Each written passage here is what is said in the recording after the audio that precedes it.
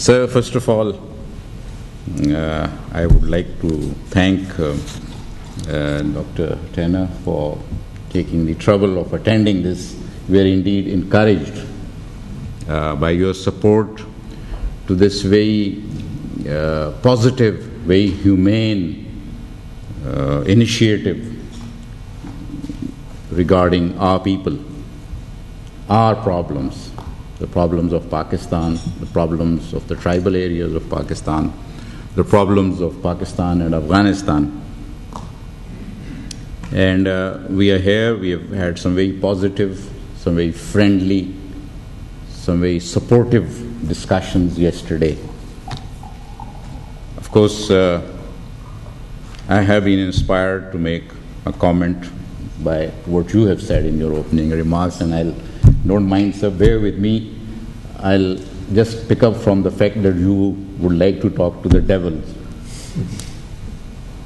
Unfortunately, sometimes it is difficult to decide who's the devil. The Iranians call the Americans the great Satan, which means the biggest devil. And the Americans call them the axis of evil, which means the devil. So, sometimes it becomes very difficult. So the moral of the story is that I think you have to talk to everybody.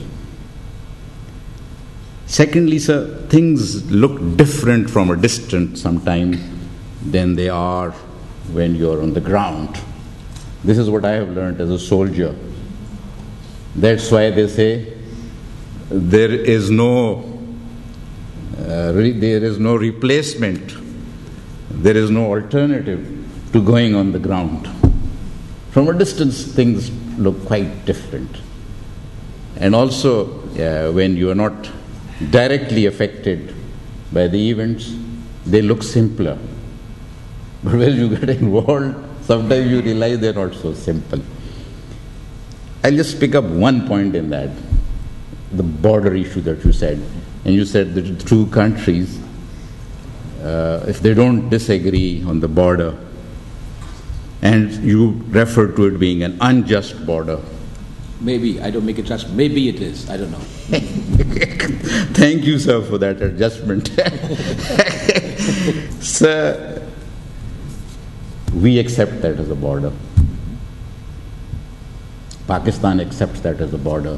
And it has been our enduring, determined resolve to stabilize this border. For the last 60 years we have been trying. We have begged the Afghans. We have pleaded with them.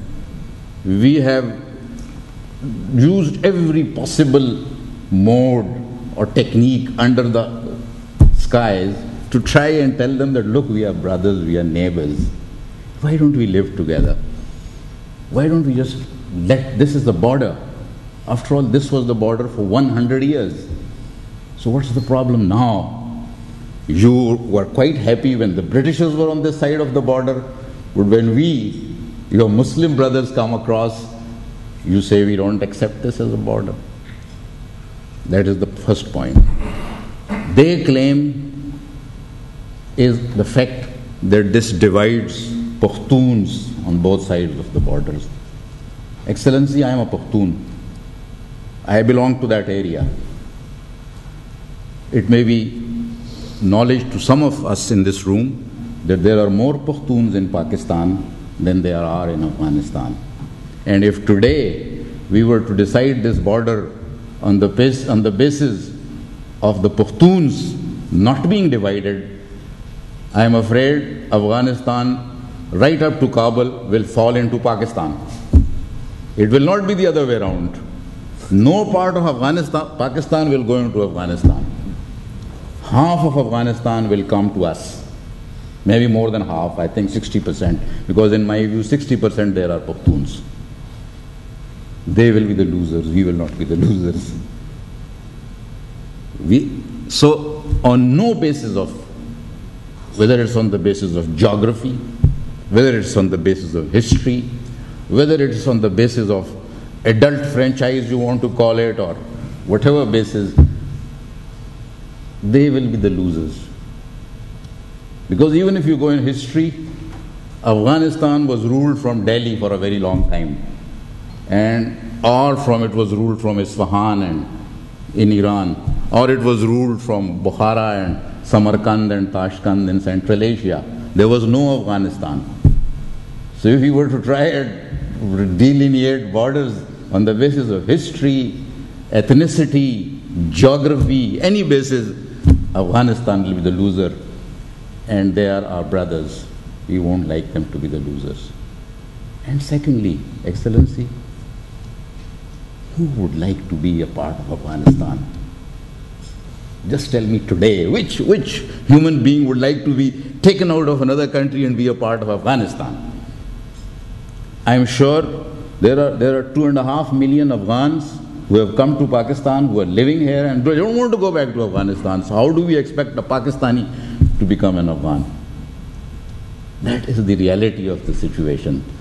Unfortunately, there are vested interests in Kabul who are just raising an issue. On the one hand, they tell us to seal this border. Don't let anybody cross. We are held responsible by the whole international community. On the other hand, they tell us this is not a border. Then what do we seal? Where do we seal it? Who cares? Because if it's not, they don't accept it as a border, then let anybody go, whether it is Al-Qaeda or whether it is Taliban or whether it is Baitullah Masood, or let anybody go. We have tried our best. We wanted to seal it, we wanted to fence it, we wanted to mine it, we wanted to go to any limits. And in accordance with all the international. You know what is happening there, Excellency? Only on at one border post, there are 30,000 people crossing every day. I don't know, Excellency, you might have heard of that.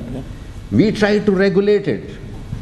Biometric ID cards were issued to people that show this card and cross. The moment the guy would cross on the Afghan side, they would tear this card and they would say, don't come with a card.